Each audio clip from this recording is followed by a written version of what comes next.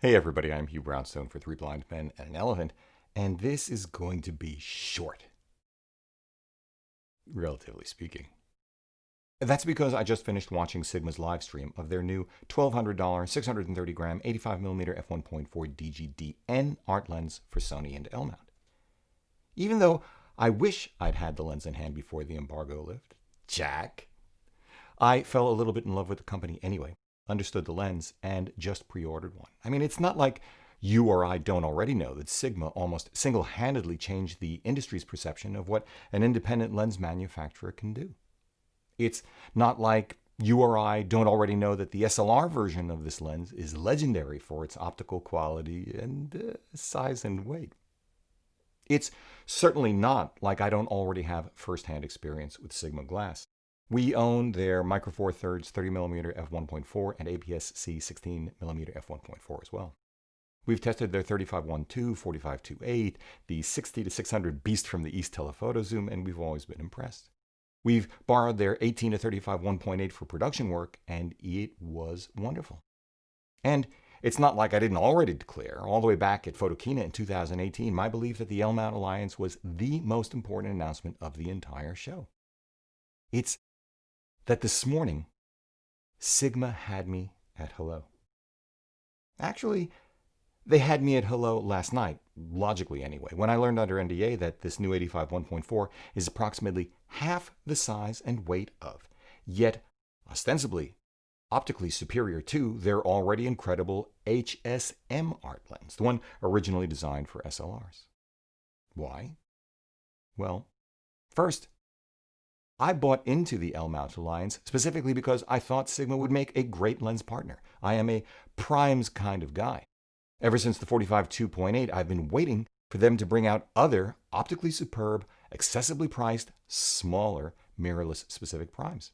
And I have a very specific use case. I've learned that responsible social distancing at 6 feet pushes me about 3 feet further away than is my natural inclination on the street with a 35, 40, or 50, but an 85 or 90 compensates just about perfectly given the kind of framing I generally prefer for street portrait.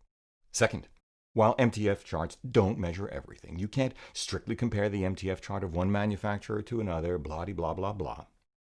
We can use transitivity, inference, and our recognition that MTF charts across organizations generally do share the common measurements of 10 and 30 line pairs per millimeter to determine what is reasonable to assume until validated or proven otherwise in practice. Thus, for example, A. Sigma asserts the DGDN is sharper edge-to-edge than their HSM lens. B. Roger Sokala of Lens Rentals, he is the king of MTF charts and beats me so regularly at Words with Friends that he annoys the heck out of me. Roger, you annoy the heck out of me. Shows that the older, much bigger and heavier HSM art holds its own against what is arguably the benchmark 85mm lens out there, the Zeiss Otis.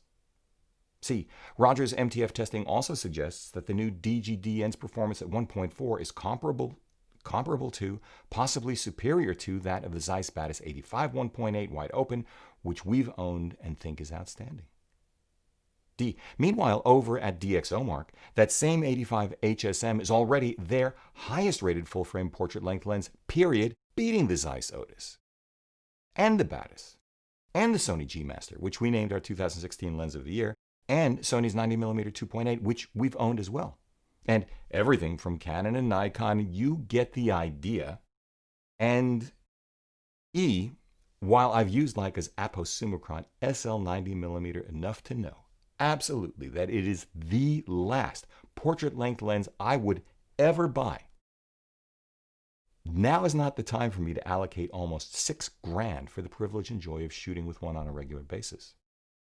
But the really interesting thing to me, the important thing, the thing that really got me, the reason Sigma had me at hello this morning, emotionally, began with the opening sequence of their live stream. Their footage was not about, say, slow motion parkour, alpine skiing, skateboarding, or body surfing, although, hey, they are all amazing, and I personally do 2 of the 3. Do I admit that I really only do one of those now? No. Yeah. Okay. Probably. But about the majesty of Aizu, where the lens is made, the love and hope of family, the focus on its employees.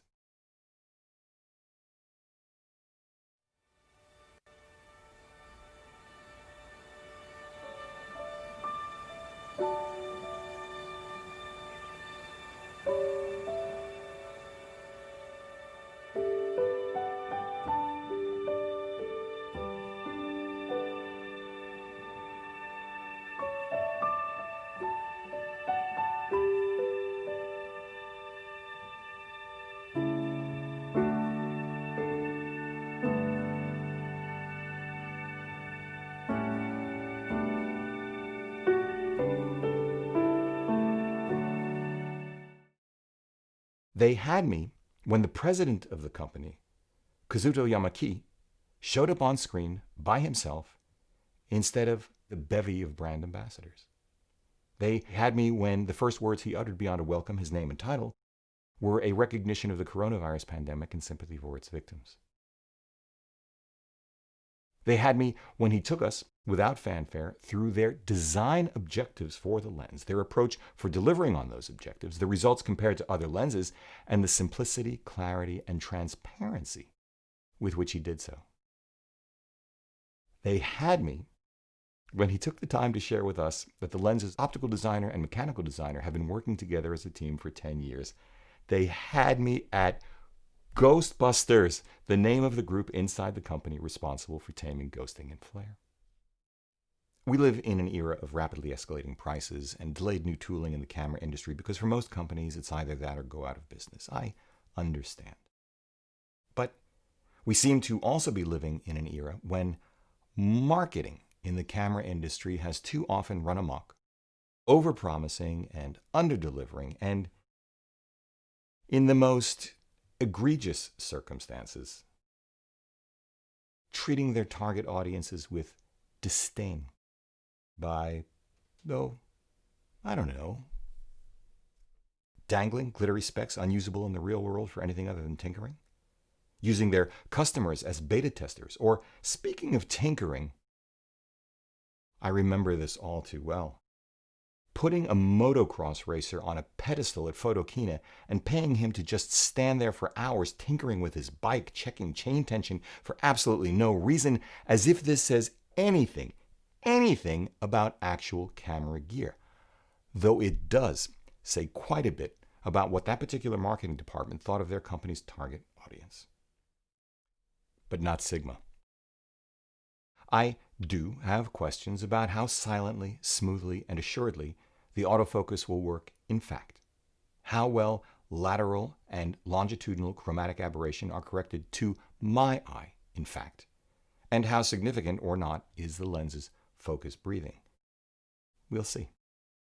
I believe in an era when money is perilously tight for the vast majority of us, that we should not limit our thinking about money to how we spend or invest it.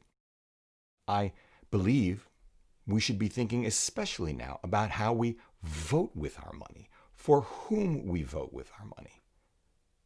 Voting for performance, of course. Return on investment, always, however one chooses to define it. But also, voting for the people who make up a company, because companies are not people. People make a company. Voting for people whose values mirror our own, like integrity, compassion, teamwork, the power of art, joy, respect for their customers and their employees. You know what I did when I placed that pre-order?